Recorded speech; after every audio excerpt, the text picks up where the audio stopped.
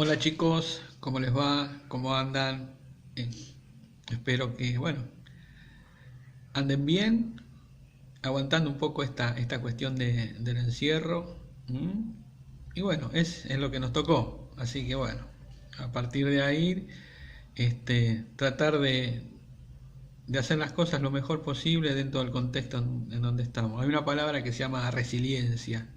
Bueno, tratar de empezar a ejercitar esa resiliencia para sacar cosas positivas de momentos por ahí no tan positivos. Bueno, el tema que hoy nos reúne es Sistema Integrado de Jubilaciones y Pensiones, la jubilación. Más o menos todos tenemos una idea de lo que es la jubilación, qué representa. Eh, Evidentemente, durante todo el trayecto laboral de la persona, siempre estamos hablando de personas que están dentro del sistema. Ustedes vieron que en cada uno de los ítems que estuvimos tocando, había una premisa, que se quiere, que es común a todos, y esto de estar dentro del sistema. ¿Tá? Y esto se aclara demasiado precisamente porque, como ya sabemos, acá en Argentina el tema laboral no está muy, digamos, aceitado, en el sentido que hay mucha gente que está fuera del sistema. Eh, Muchas a veces incluso por elección. Hay algo que es común escuchar, o por lo menos yo he escuchado, en conocidos, en amigos, ya no de mi edad, pero cuando yo era más joven, que trabajaban y no aportaban porque trabajaban en negro, porque no les interesaba. Y hay una situación que es real y que es importante tener en cuenta. Uno generalmente a determinada edad, es como que lo futuro lo ve lejos, y sobre todo si uno habla de lo que es jubilación. ¿Por qué? Y porque, bueno, la jubilación uno lo asocia con ya adultos mayores, con gente que ya no está en la etapa productiva. Entonces uno, cuando es joven, ve esa situación tan lejana, que pareciera que no tiene mucho sentido, en este caso, estar aportando parte de lo que uno gana en su trabajo, para algo que uno hasta incluso se plantea, y no sé si voy a llegar a jubilarme, porque no sé lo que me va a pasar. Pero bueno, el tema es que si uno proyecta la vida en función de llegar a la vejez de la mejor manera posible, esta situación es buena tenerla en cuenta desde el principio, cuando uno empieza, o por lo menos dice, voy a comenzar a trabajar. Es importante tratar de entrar dentro del sistema, precisamente porque tal vez a partir de esos aportes que va haciendo mensualmente y a través de toda la etapa laboral, llegado el momento de jubilarse, evidentemente va a tener, digamos, un sustento. ¿Sirve? ¿No sirve? Bueno, eso es el desarrollo de la vida laboral.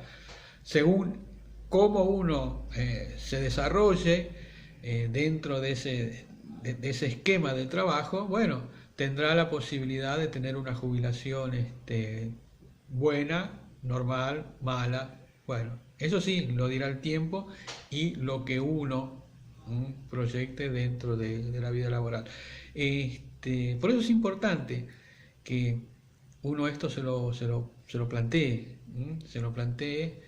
cuando comienza a trabajar, y no lo deje al libre albedrío. Y bueno, si, nada, ¿para qué voy a aportar? Más vale ese porcentaje, me lo gasto, lo disfruto. Está bien, son maneras de pensar la vida, ¿no? Pero uno tiene que saber que si por ahí elige esa manera, va a llegar un momento en que su capacidad laboral va a disminuir. Y cuando disminuya y empiece a quedar fuera del sistema, va a necesitar un sustento. ¿Tá? Así que bueno, una manera de prevenir y de ser precavido en este futuro sustento es precisamente, bueno, ingresar dentro de lo que es el mercado laboral, hacer los aportes pertinentes, y de esa manera ir garantizándose a futuro lo que va a ser la jubilación. ¿Está? Bien, haciendo esta introducción vamos a pasar a la primera placa, ¿m? Para que ustedes la vean. ¿Listo?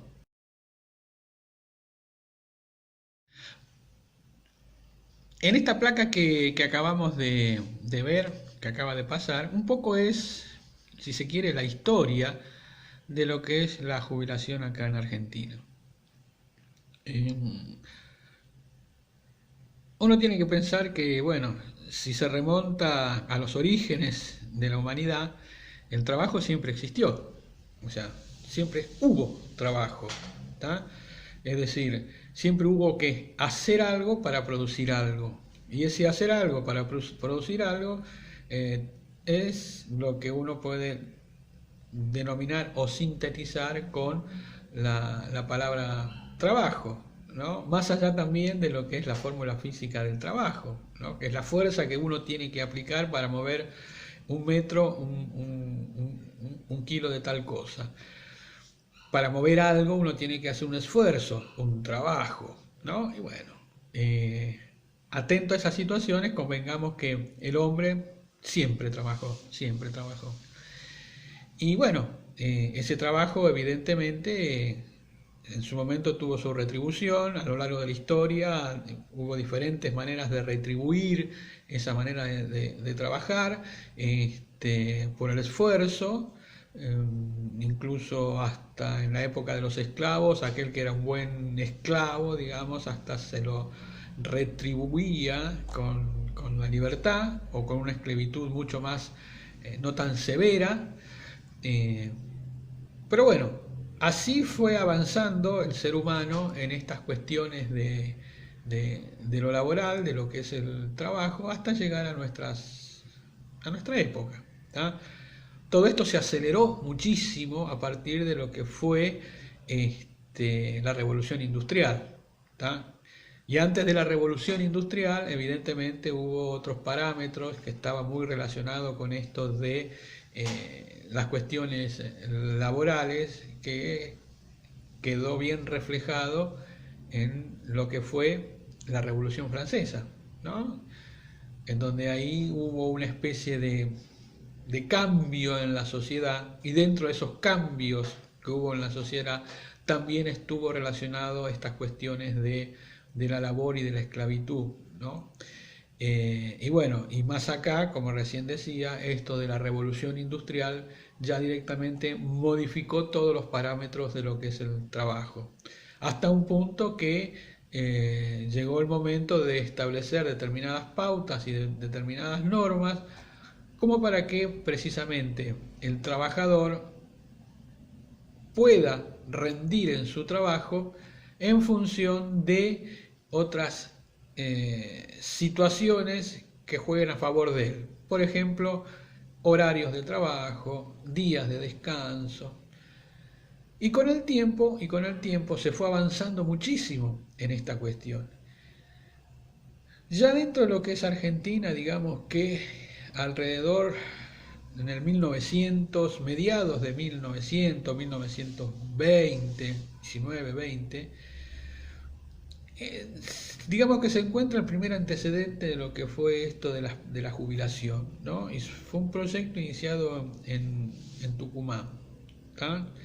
Este proyecto, que se denominó Proyecto Humanitario, bueno, tenía que ver con esto de qué pasaba con la gente cuando ya no tenía capacidad de trabajo, cuando llegaba a determinada edad y no podía, evidentemente, estar dentro del sistema productivo. Bueno, ¿qué se hace con esa gente? ¿Se la destierra? ¿Se la confina? ¿Se la separa de la sociedad? ¿Se las, no sé, se las echa? Bueno, evidentemente no se podía o no se puede hacer eso. En aquella época, obvio, no se podía. Entonces, ¿cómo hacemos para que esa gente medianamente, ya que no va a tener una retribución porque evidentemente está fuera de la capacidad productiva, pero también tiene que vivir, bueno, se generó esta idea de lo que es el proyecto humanitario. Esta situación, digamos, tuvo su eclosión o tuvo su gran presentación social por la década del 40, con el gobierno de Perón, en donde este beneficio que ya se había extendido a un montón de trabajadores, entre ellos lo que eran los empleados de comercio, digamos que se empezó a generar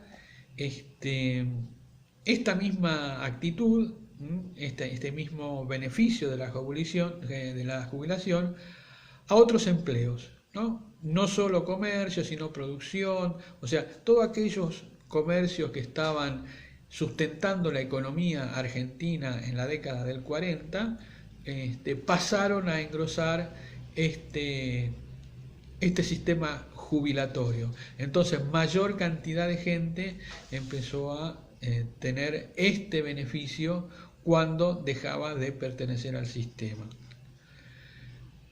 Todo esto continuó de una manera, digamos, temporal hasta la década del 90, 1990, principios del 90, en donde se modificó radicalmente esta cuestión de la jubilación, que fue durante el gobierno de Carlos Menem, donde aparecieron las famosas AFJP.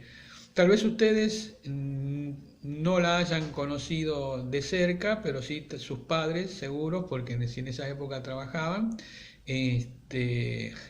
tuvieron la opción, ¿no? Es decir, antes de que aparezca la FJP, estaba el sistema jubilatorio común, ¿no? El estatal, el de reparto. Cuando aparecen las AFJP, ¿qué pasa?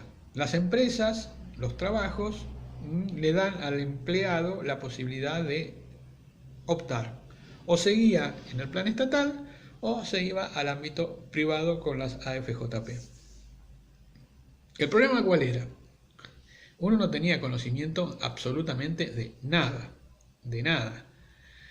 Se dejaba llevar o guiar por las expectativas que le generaba el recurso de la FJP, que como toda empresa privada, evidentemente quería vender su producto. Y cuanto más gente tomaba, captaba, bueno, se supone que el rendimiento era mayor. ¿Por qué? Porque más dinero le ingresaba. ¿Qué quiere decir? Que mis aportes, en lugar de ir totalmente al Estado, en gran porcentaje iba a las AFJP. ¿Está bien? Entonces, cada AFJP, cuanto más afiliados tuviera, evidentemente mayor dinero le iba a ingresar. ¿Y cuál era la idea de la AFJP? Digamos que las AFJP, ese dinero que le ingresaban, le daba cierta movimiento en el ámbito financiero como para obtener una rentabilidad. Dicho en palabras más sencillas, si yo soy la AFJP, a mí me ingresaba el dinero de 100 personas, bueno, yo como AFJP le tenía que hacer rendir ese dinero de la mejor manera posible a esas personas. ¿Está? Es como si fuera un banco o una financiera. ¿Qué significa? Yo como AFJP digo, bueno, ¿cuál es el mejor rendimiento? ¿Pongo plata en plazo fijo o compro, no sé, papeles del Estado? O si no, voy a la bolsa, compro acciones? O sea, todo ese dinero yo lo reinvertía en el sistema financiero, de los cuales iba a obtener una ganancia, una rentabilidad, que después iba a ser usufructuada por la persona que hacía el aporte correspondiente. Todo muy lindo, ¿no? Todo muy lindo. Pero, acá en Argentina siempre hay un pero.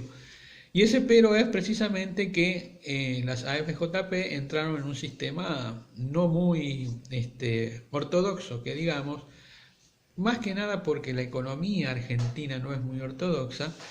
Y bueno, llegó a un punto en que los rendimientos que tenían las AFJP, en lugar de dar ganancias, entre comillas, a la gente que hacía sus aportes, esas ganancias no eran tales, pero sí era bueno el beneficio de la empresa, ¿no?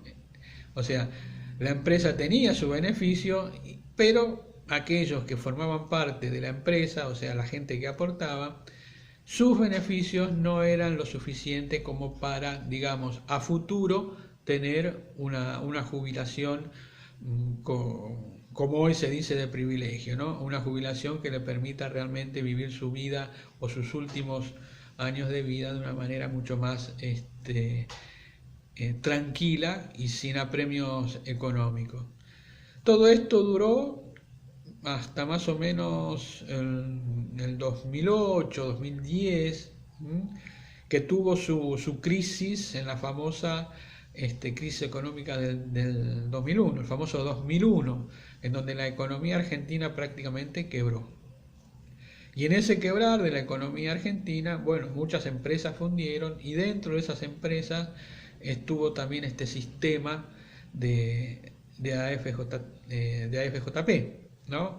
En donde la función, como ya decía, primordial o principal de la AFJP era precisamente generar dividendos o rentabilidades positivas a aquellos que hacían su aporte.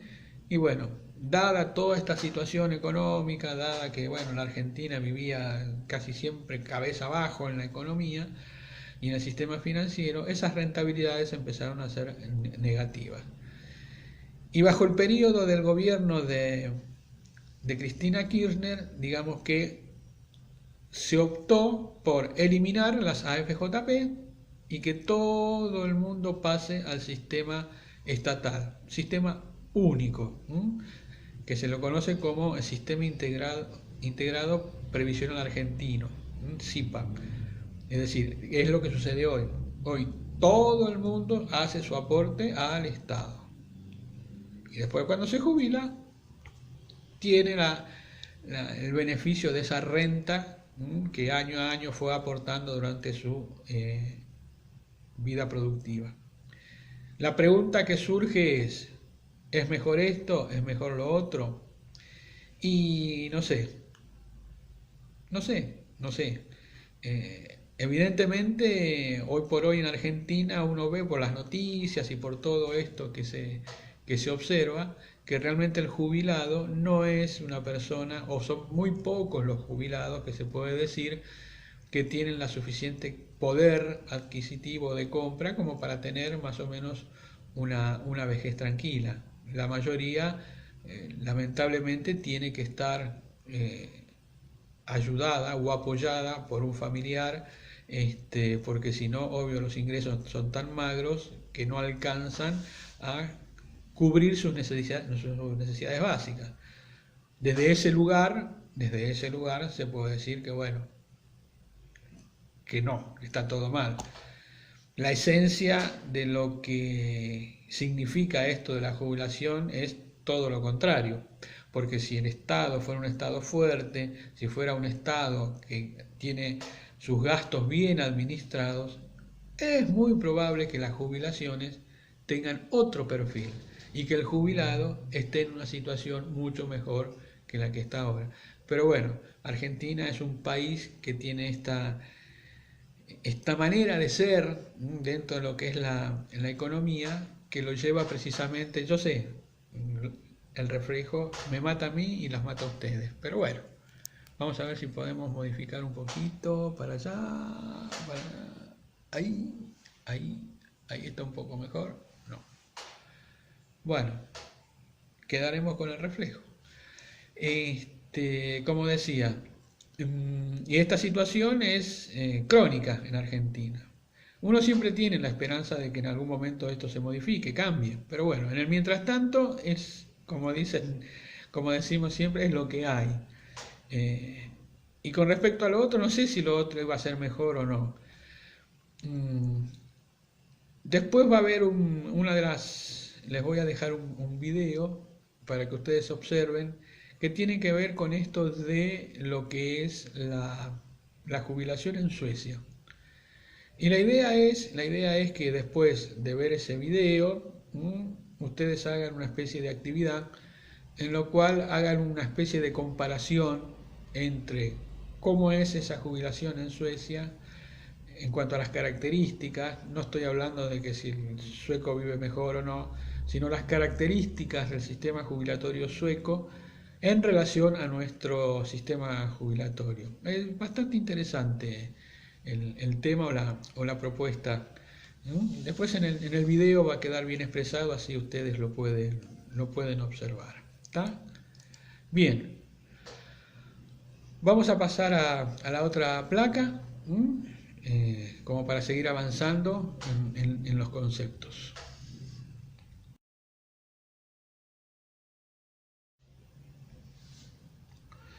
Bien, tengamos presente que la jubilación como esquema, la jubilación como elemento que tiene que ver con esto de la seguridad social, digamos que no deja de ser un acto administrativo. De hecho, cuando uno va a jubilarse tiene que llenar papeles, tiene que presentar constancia, tiene que realmente avalar que el tiempo trabajado corresponde a los aportes realizados. Esto es muy importante. Esto siempre ténganlo en cuenta. Y siempre caemos en lo mismo, ¿no? Porque Argentina tiene que hacer eso. Pero mucha gente que por ahí no conoce, o sea, tampoco tiene por qué conocerlo, pero bueno, pero no está pendiente de cómo es el tema de su jubilación.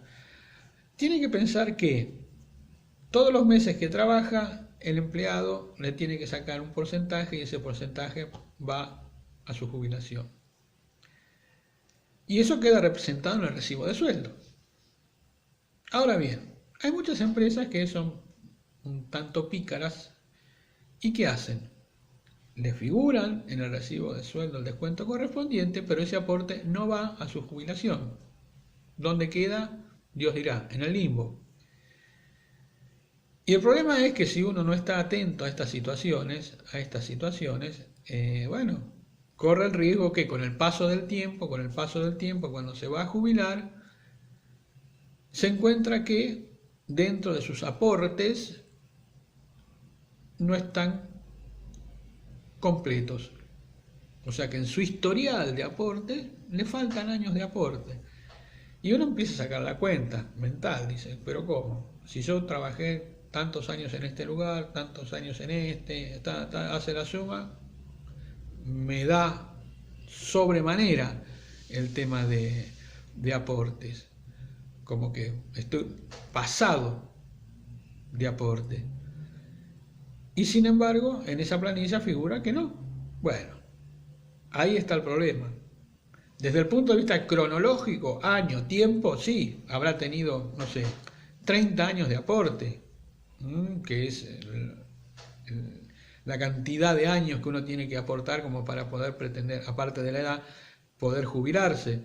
Tiene sus 30 años de aporte desde lo cronológico, pero resulta que desde lo efectivo, no, porque alguna de las empresas dijo, bueno, durante 2 años no aporto a nadie. Entonces, en lugar de tener 30 años, tiene 28. No se puede jubilar, tiene que seguir trabajando 2 años más para llegar a esos 30 años. O si se jubila con 28 años de aporte, evidentemente la jubilación va a ser completamente diferente. Completamente diferente, ¿por qué? Y porque lo está haciendo con ausencia de aporte, a no ser que uno aporte esos 2 años de alguna manera, que se abra una cuenta corriente o que vaya al ANSES y bueno, acá está esto por esto por esto y vaya haciendo individualmente su aporte hasta completar los 30 años. Por eso es importante, digamos, tener también conciencia de esta situación para después no encontrarse al final de su ciclo laboral con que resulta que yo pensé que había trabajado tanto tiempo y no lo hice. Uno eso lo puede ir averiguando periódicamente si quiere, entrando al ANSES, se registra y ahí le tira la sábana de aportes de lo que estuvo trabajando, ¿no? De que si la empresa en donde trabajó le fue haciendo los aportes correspondientes y llevar un control más o menos de sus años de aporte. Por eso decía que la jubilación es un acto administrativo, ¿no? O sea, se administra todos esos aportes y se van contando para después sí poder gozar de este beneficio.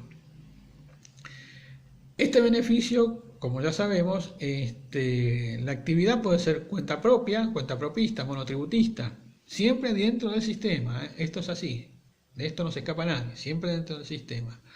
Es decir, que ya trabaje por cuenta propia bajo relación de dependencia, ya pasa a una situación de inactividad laboral.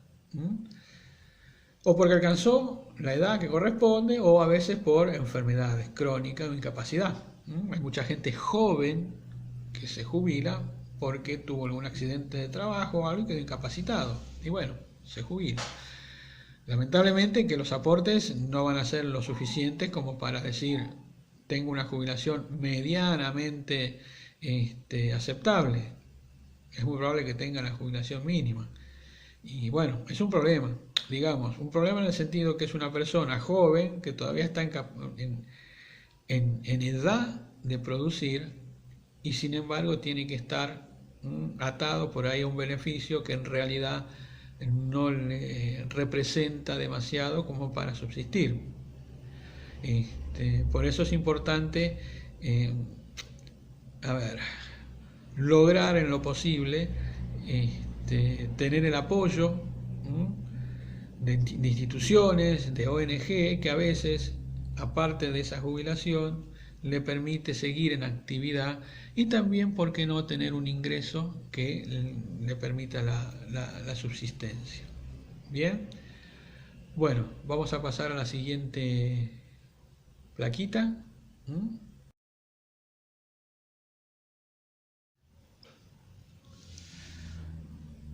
En la plaquita que acabamos de ver, bueno, más o menos es un resumen puntual de cómo es este beneficio de la jubilación. Básicamente es una prestación económica, es decir, el Estado lo que hace es darle una suma de dinero. Esa suma de dinero, obvio, va a ser proporcional, primero a la cantidad de aportes realizados y al importe de sus aportes. Nosotros escuchamos mucho la palabra jubilación de privilegio. Bueno, la jubilación de privilegio tiene que ver con estos privilegios precisamente que tienen determinados grupos de la sociedad argentina y que están muy por encima de lo que es la realidad económica y productiva del país. Ustedes saben que, por ejemplo, la gente del Congreso, por estar un solo día en una banca, ya goza de una jubilación de privilegio y cuyo importe es bastante interesante. No aportó nunca. El solo hecho de estar sentado 24 horas o haber sido elegido diputado por 24 horas, ya goza de ese privilegio de jubilación por haber estado trabajando en función del Estado. Bueno, son cosas que se pueden resolver, sí, que se pueden resolver tranquilamente, pero como todo son decisiones políticas. Bueno, esta prestación económica, este beneficio económico, está bajo la forma de una renta mensual, es decir, todos los meses, los jubilados van percibiendo ese dinero. Esa renta mensual suele tener sus ajustes que están dados por leyes y que bueno, la idea de los ajustes es más o menos acompañar lo que es el índice de inflación, que acá en Argentina, obvio, si los sueldos siempre, como dicen, suben por la escalera y la inflación sube en ascensor, imagínense la jubilación, ¿no? Que está muy lejos de la escalera. Pero bueno, esa renta mensual es precisamente lo que los jubilados cobran en determinadas fechas, que es asignada por el ANSES. Y esta renta mensual tiene características de vitalicia, significa que la persona, mientras viva, va a tener este beneficio. De hecho, una de las obligaciones que tienen los jubilados es dar el fe de vida. O sea, cada tanto tienen que presentar una constancia en la cual esté registrado el domicilio en el cual está esta persona viviendo. Porque también ha pasado que mucha gente, muchos jubilados murieron y los apoderados siguieron cobrando durante un tiempo más que interesante, sin dar noticia del fallecimiento de la persona. Eso es una estafa, es una estafa al Estado. Entonces, cada tanto se pide este fe de vida precisamente para, bueno, tener o estar en conocimiento de que la persona todavía está en condiciones de percibir esta renta mensual. ¿Está? Estas son algunas de las características. Vamos a mencionar otras características relacionadas con las jubilaciones en las siguientes placas. Vamos a pasar a las próximas.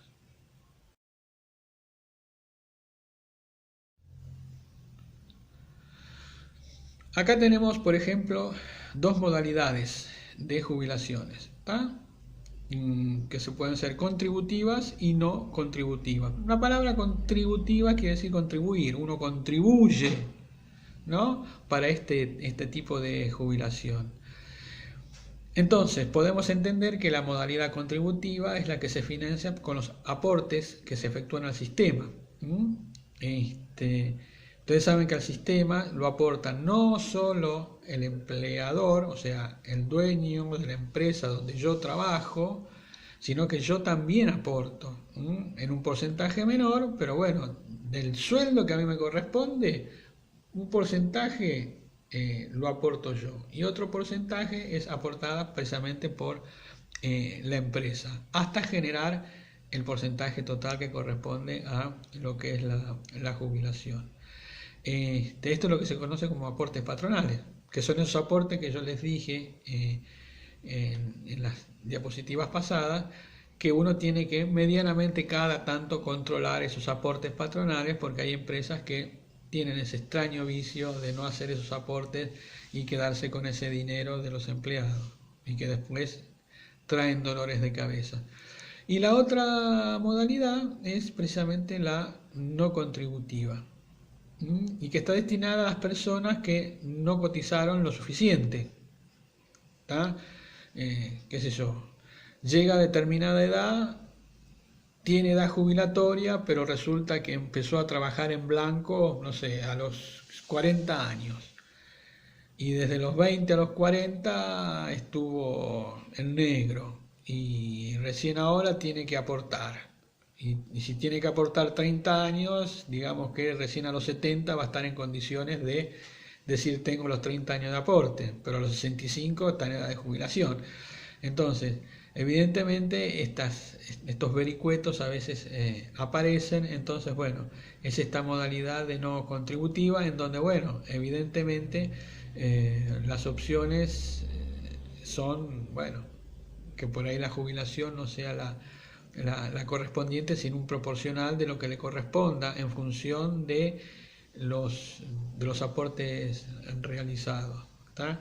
Pero bueno, igual, como ya les decía, a veces hay posibilidades de entrar en moratorias en donde uno aporta el dinero que falta para poder llegar en cuanto a monto de dinero, a completar los años de aporte. ¿Está bien?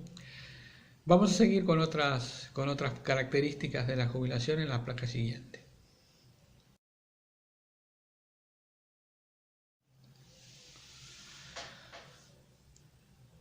En la placa que ha pasado recién podemos ver una característica que es, por ejemplo, esto de la jubilación para trabajadores con discapacidad.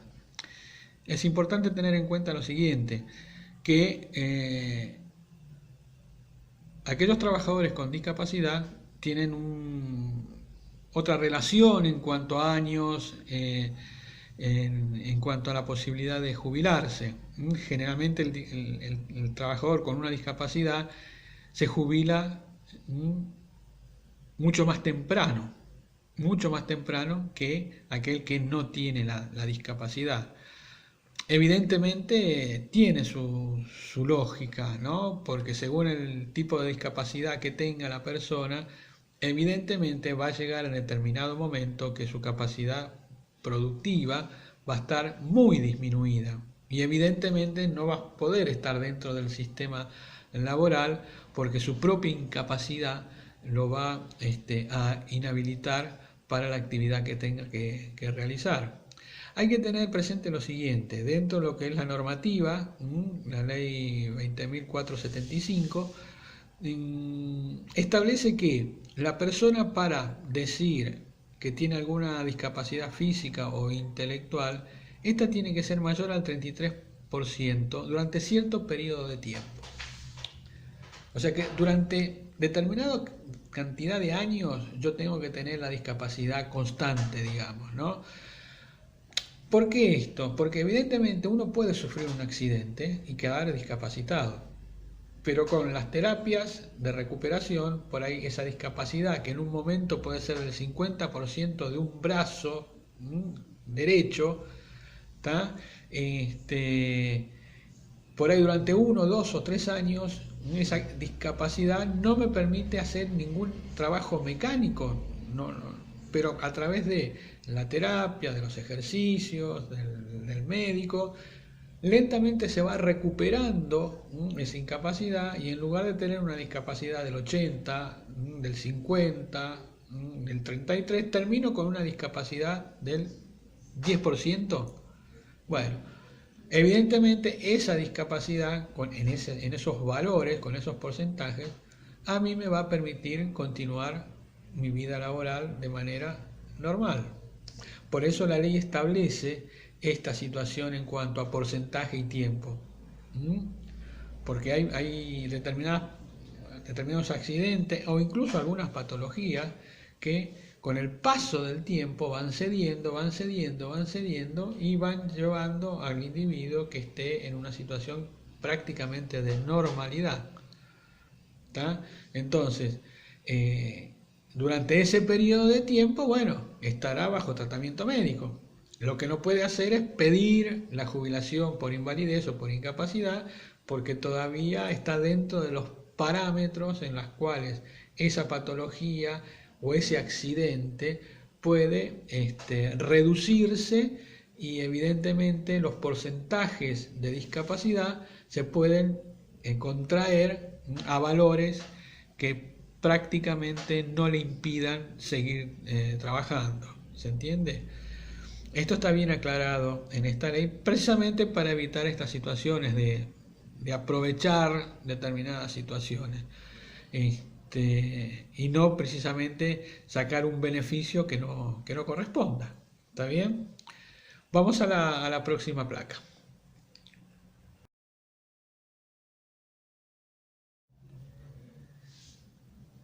Bien, en esta placa ¿qué pasó? Pudimos apreciar que también hay un plan de inclusión previsional.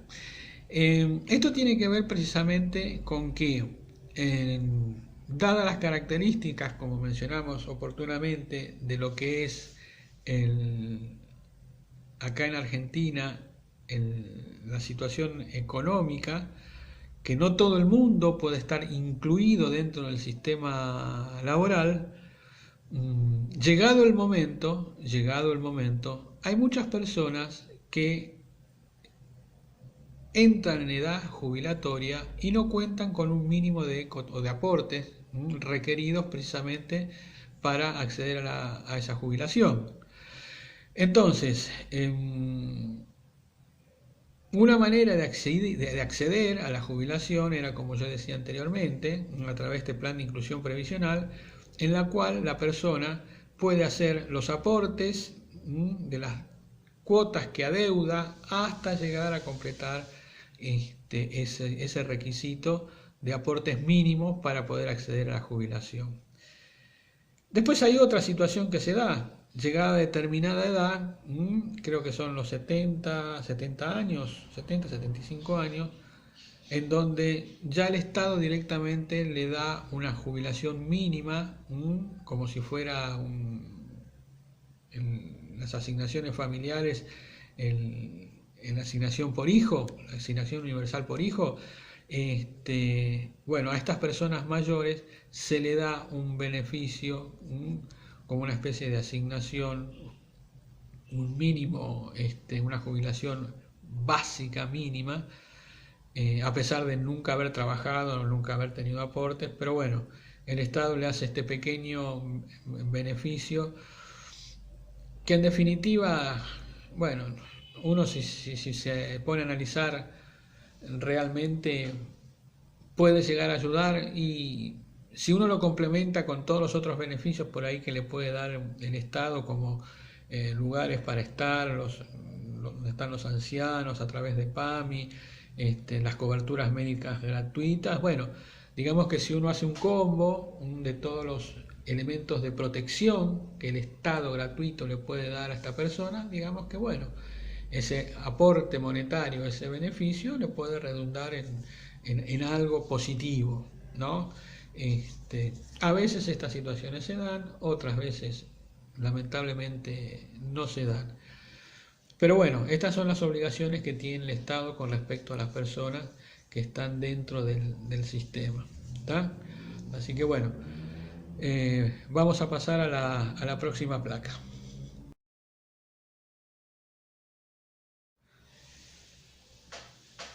En esta placa que pasó me pareció interesante compartirlo porque tiene que ver con un estudio que hicieron en España sobre las diferentes generaciones y estos cómo ven la vejez o cómo se sitúan ellos o qué importancia le dan a, a su vejez, ¿no? En función de estos grupos generacionales que, bueno, se conocen como millennial, generación X, los baby boomers. Y bueno, ellos encontraron dentro de estos grupos, por ejemplo, los millennials, que son los grupos que van entre los 18 y 35 años, que es una generación que de estos tres grupos, la que más está sensibilizada por las situaciones económicas, ¿no? Y le da mucha importancia a esto de cómo va a mantener la familia durante el resto de los años, ¿no?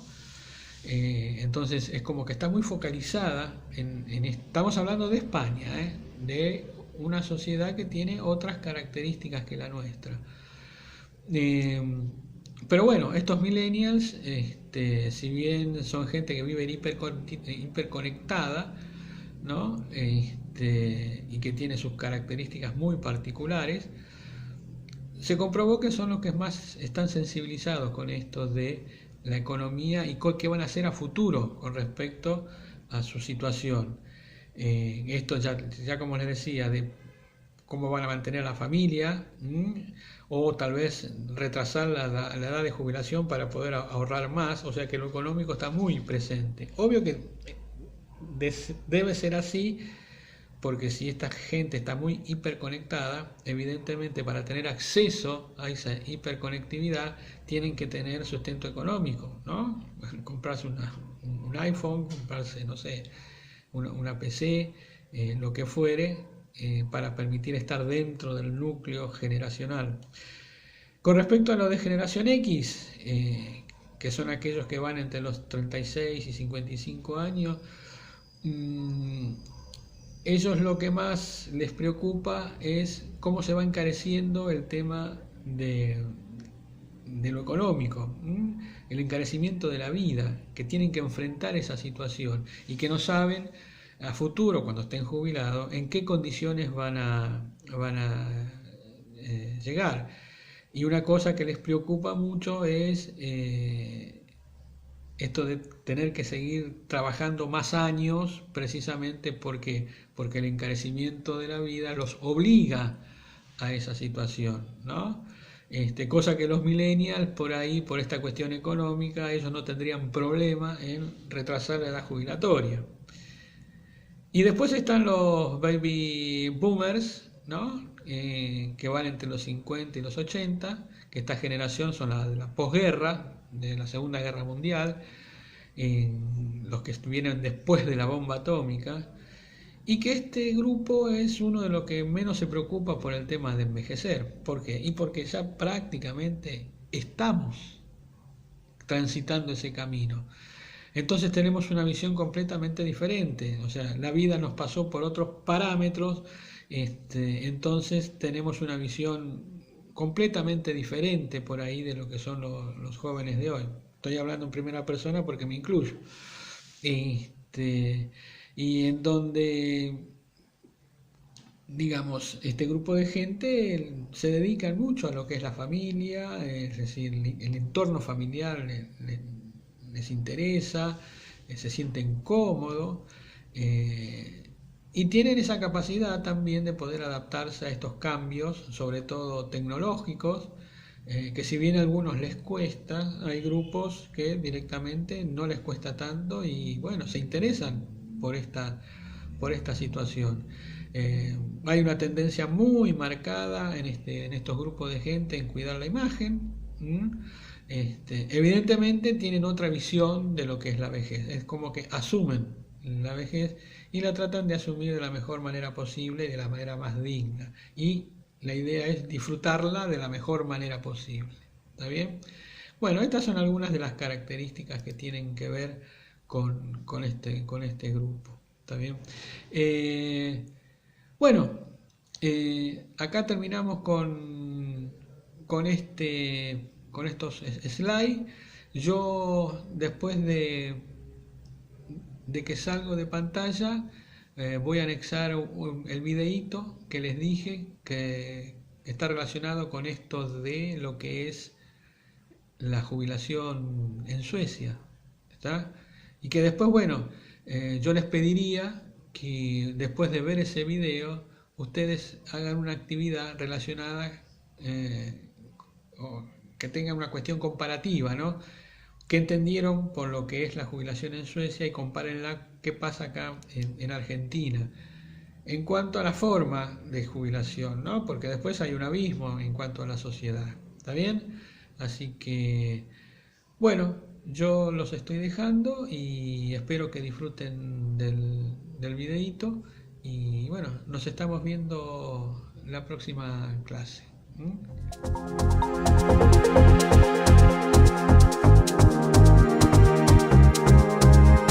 En junio de 1994, el Parlamento sueco aprobó la sustitución de su sistema tradicional de pensiones de prestación definida por otro que incluía dos características principales: aportaciones definidas a la seguridad social sueca en cuentas nacionales o individuales, y en paralelo aportaciones definidas a cuentas financieras individuales, estas gestionadas por entidades privadas. El nuevo sistema trataba de hacer frente al desafío demográfico y a la drástica reducción de cotizaciones fruto de la recesión sueca de los 90, los cuales generaban un fuerte escepticismo sobre la capacidad del Estado sueco de pagar las pensiones. ¿En qué consiste el sistema de cuentas nacionales? Al igual que el sistema de pensiones español, en Suecia cuentan con un sistema de reparto, por el cual cotizaciones de hoy pagan las pensiones de los jubilados actuales. La principal diferencia radica en que cada trabajador dispone de una cuenta individual en la que se registran todas sus cotizaciones y éstas tienen la misma importancia, con independencia del año en el que se hayan realizado. En el sistema español, por el contrario, son las cotizaciones de los últimos ejercicios aquellas que determinan nuestra pensión. Así, en Suecia, la pensión del trabajador viene definida por el total de aportaciones a lo largo de la vida laboral, y se divide por los años de esperanza de vida que tiene el trabajador en el momento que accede a la jubilación. De igual forma, en el sistema sueco, el trabajador puede jubilarse cuando desea a partir de los 61 años, con arreglo a la cantidad contribuida. También puede retrasar su jubilación a cambio de recibir un mayor importe de pensión. ¿Y qué son las aportaciones del trabajador a cuentas de gestión privada?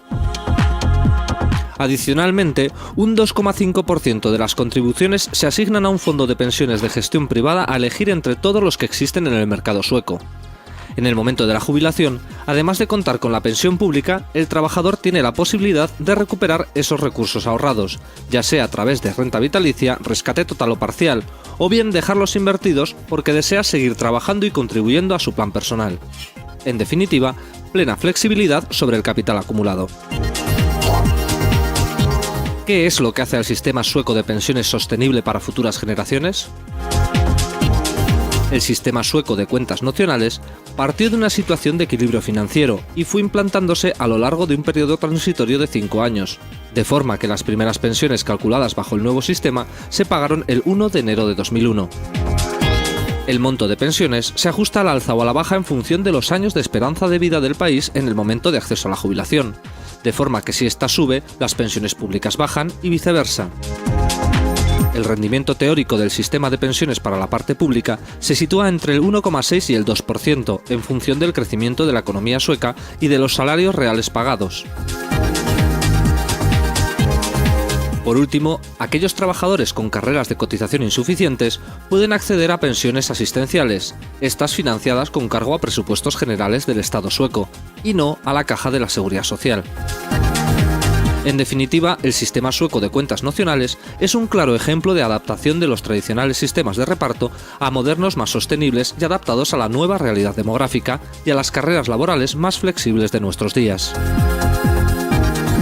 Conoce más acerca de la jubilación y las pensiones en jubilaciondefuturo.es.